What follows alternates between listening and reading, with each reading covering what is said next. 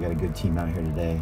Homeland Security Task Force with some DEA guys, IRS guys.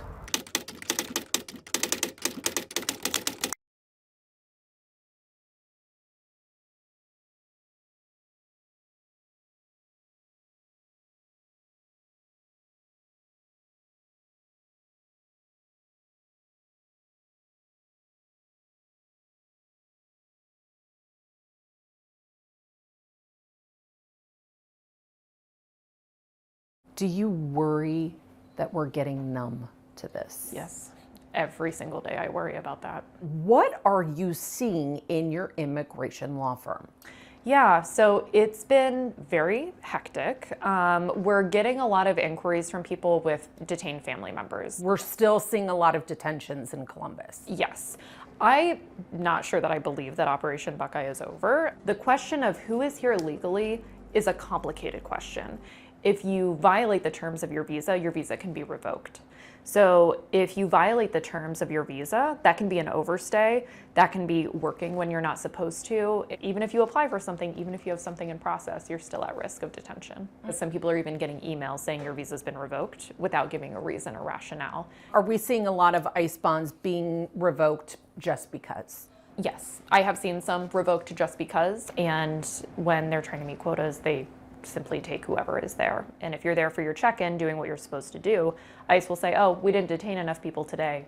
We can simply take whoever is in our lobby doing their check-in. I have spoken to people who are concerned because this isn't the normal standard operating procedures.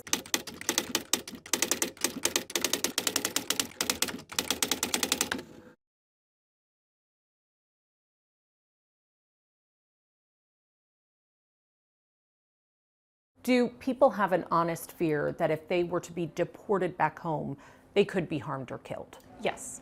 What's going on with asylum rates right now? Oh my gosh.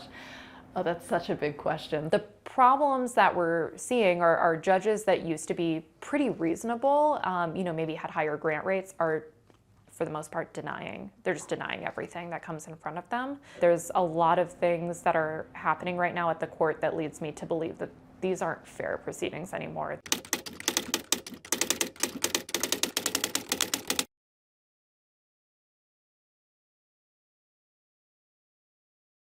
Oh, well, you can leave and then you can apply to come back in.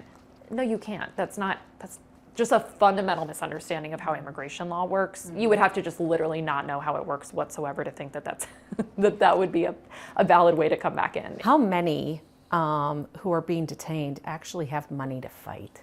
It's a mixed bag. I would say people who have been in the United States for longer, they do tend to have the money to fight. All of that adds up, does it not? It does. It absolutely does.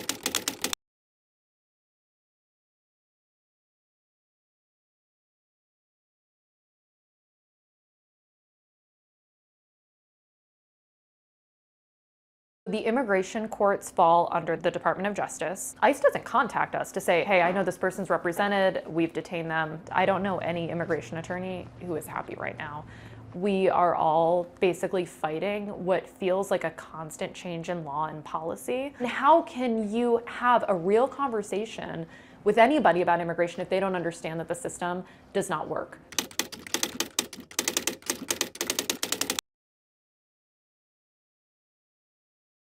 All groups are under fire right now. Marrying a U.S. citizen does not offer you any protection by itself.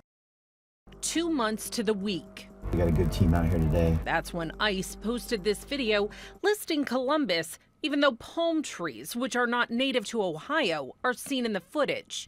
Homeland Security Task Force with some DEA guys, IRS guys. And 22-year-old Arturo Goncalves was arrested at his routine ICE check-in in Westerville during Operation Buckeye. Arturo Brito.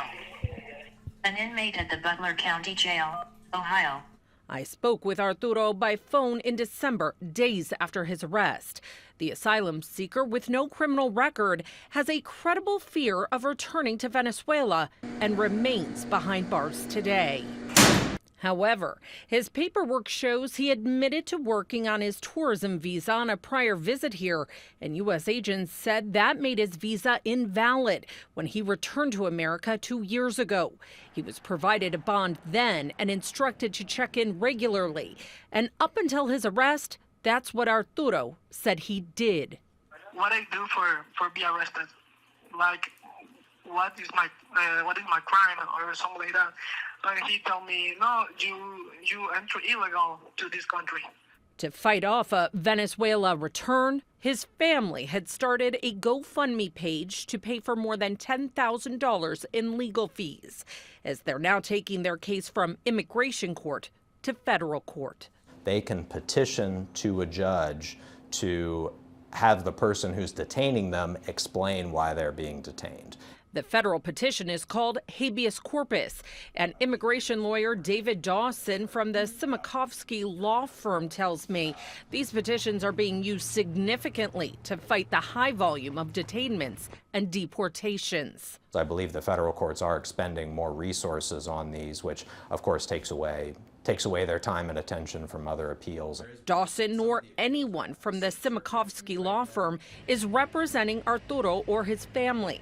However, some of their own clients have received bonds in their own habeas corpus cases. There's a lot of things that are happening right now at the court that leads me to believe that these aren't fair proceedings anymore. Managing attorney at Simakovsky Law, Rachel Zupan, says the immigration court system, including its judges, falls under the Department of Justice.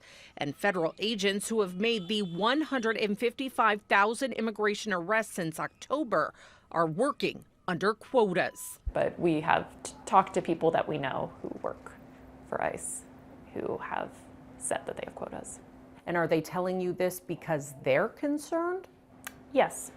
Last month, a federal judge in Texas addressed the government's deportation quotas when releasing a 5-year-old boy and his dad who were taken into custody in Minnesota. Last week, we have the safest border in the history of our country. President Donald Trump says these efforts are working. We've gotten a lot of them out. We now have the best records in the history of our country on crime. Other federal judges are addressing the surge in habeas corpus petitions. The Associated Press reports a federal judge in Georgia who was appointed by President George W. Bush called it an administrative judicial emergency. More than 400 petitions were filed last month in the federal court in Minnesota, and the Southern District of New York indicates that district has also been flooded with petitions. This is not cheap. Right. Dawson tells me the continued filings, detention, and attorney's fees can climb to the high tens of thousands of dollars, as even appellate applications have increased from $100 to $1,000. How many who are being detained actually have money to fight? It's a mixed bag. I would say people who have been in the United States for longer, they do tend to have the money to fight. Arturo's fight is now 9 weeks and counting. It's like I'm not a criminal. I'm not one to stay in the jail.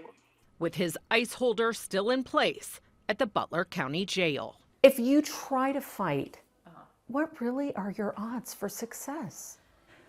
I think they've been pretty slim.